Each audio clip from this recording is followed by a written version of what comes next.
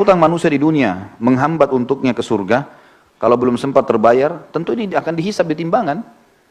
Hutang-hutangnya akan dibayar nanti dengan pahalanya. Ya. Jadi seperti itu, Allahu a'lam.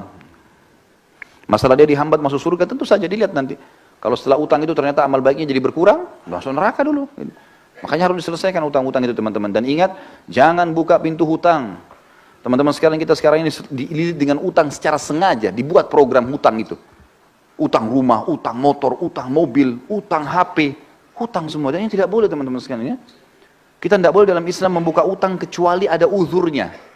Karena utang itu bagian daripada pelanggaran. Kalau orang punya, kalau punya kemampuan. Ada orang subhanallah mampu, kaya raya, tapi semua dicicil sama dia.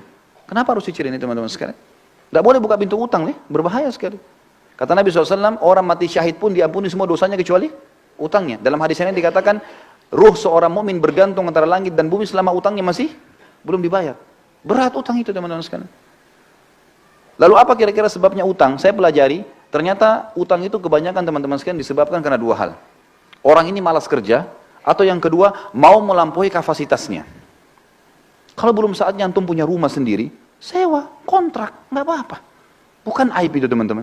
Tapi kita paksakan diri, oh nggak apa-apa, saya kan bisa bayar tiap bulan. Baik kalau antum meninggal, sebelum selesai. Ini kan bahaya, masalah. Atau terlambat akhirnya kena bunga, riba. Terbuka dosa-dosa. Jadi tidak halal semuanya, nanti bermasalah. Untuk apa kita paksakan diri teman-teman? Jangan paksakan diri. Melampaui kapasitas. Ya, itu nggak boleh sebenarnya. Jangan dipaksakan. Kita mampunya naik sepeda teman-teman. Naik motor. Apa yang kita mampu? Berdoa sama Allah lalu berusaha ikhtiar. Jangan lampaui kapasitas. Nabung, sudah punya cash, beli cash. Aman. Jadi kan? Ini sama sekalian saya ingatkan teman-teman yang sibuk dengan kartu kredit. Berhentikan teman-teman sekalian. Berhentikan. Antum bilang, oh ini 0%. Baik, 0% teman-teman sekalian. Setelah itu, kalau antum telat, ini malam jam 12 malam terakhir pembayaran. Antum telat 1 menit, jam 12 lewat 1 menit, kena bunga nggak? Kena bunga. 50.000. Ya saya mampu bayar. Baik, 1 dirham riba. Lebih berat daripada 36 kali berzina. Untuk apa? Tutup itu teman-teman sekalian. Karena itu membuka pintu utang. Membuka pintu utang. Dan utang tidak boleh. Sampai kata Nabi SAW, matlul ghani zulmun. Imam Madzhabi masukkan dalam dosa besar. Orang yang menunda pembayaran utang dan dia mampu kezaliman. Dosa besar. Untuk apa buka ini teman-teman sekalian? Sabar. Cari uang cash beli. Gitu kan? Ini penting.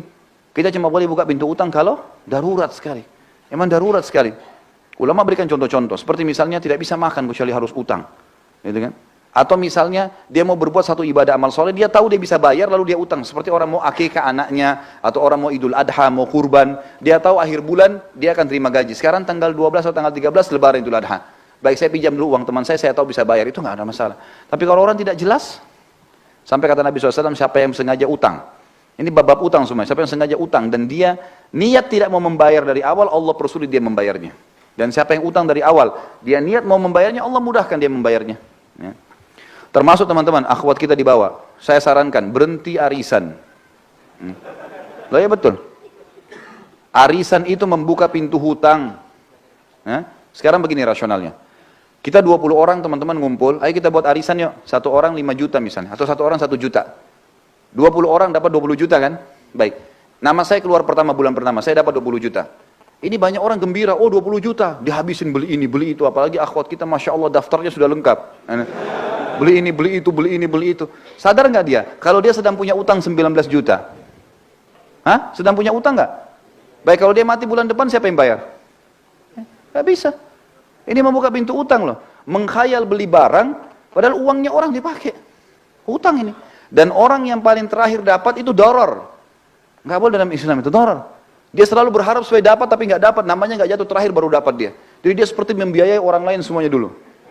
Lah ya, ini nggak boleh loh teman-teman sekalian. Ada orang tidak melihat hukum syarih itu bahaya. Kalau menurut saya Allah tinggalkan. Pernah istri saya ikut, saya nasihatin dia, hati-hati loh, berhenti, ini nggak boleh. Waktu dia sampaikan saya bilang ini nggak boleh. Ini bahaya, membuka pintu utang. Sekarang kalau kau meninggal dalam 2-3 bulan setelah itu, siapa yang bayar? Nah, pasti saya ahli warisnya kan? Ya kalau saya punya duit, kalau enggak, loh ya kalau kita pas suaminya punya uang misalnya, kalau nggak punya uang gimana? Kan jadi utang yang bergantung kan? Gak bisa. Atau ada orang lari, zalim, dia pergi. Kan jadi masalah. Baik, kalau mau kumpul pengajian. Gak usah ada arisan. Iya enggak? Benar enggak ini? Hah? Tangkap enggak secara rasional ya? Jadi pelarangannya itu karena membuka pintu utang. Orang yang terima pertama itu utang 19 juta loh tadi. Uangnya orang kita pakai. Bagaimana caranya kita bisa bawa duit orang baru kita pakai belanja kebutuhan kita? Coba pikirkan teman-teman. Ini kenapa? Karena mau melampaui kapasitasnya. Udahlah, dunia sebentar. Kata Nabi SAW, perumpamaan saya sama dunia, seperti musafir yang sedang mampir di bawah pohon. Hilangkan penatnya, pergi habis itu.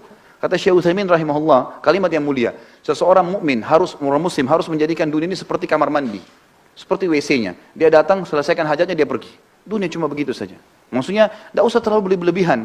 Hajat diselesaikan, penting, kemudian sudah. Gitu. Seperti itulah. Ya jangan melampaui kapasitas kita. Ini Allah, ini saran saya ya, saran saya. Tapi kalau teman-teman ada di antara asatidzah, di antara duat yang memang memberikan solusi lain, alhamdulillah. Tapi saya pribadi, saya selalu mencari zona aman. Zona aman, ya kita mati kita aman. Kenapa yang kita masuk ke zona yang tidak aman? Kan gitu. Ini meja kita bagi dua, ini aman, ini tidak aman. Masuk ke aman teman-teman sekalian. Ibadah yang ada perintahnya, gitu kan.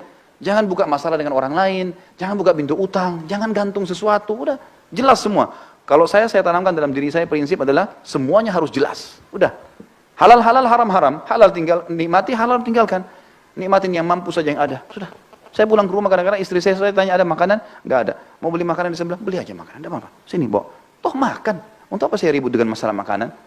Tinggal beli makanan di sebelah, makan. Bismillah, alhamdulillah. Yang penting lapar sudah hilang, habis. Dunia begitu kok. Masuk lihat pakaian saya mana yang ini? Oh belum dicuci. Baiklah. Yang ada saja saya pakai. Clear. Selesai. Jelas kok. Aman saja gitu kan. Gak ada sesuatu yang harus kita ributkan. Jadi ini poin yang mesti dipikirkan juga.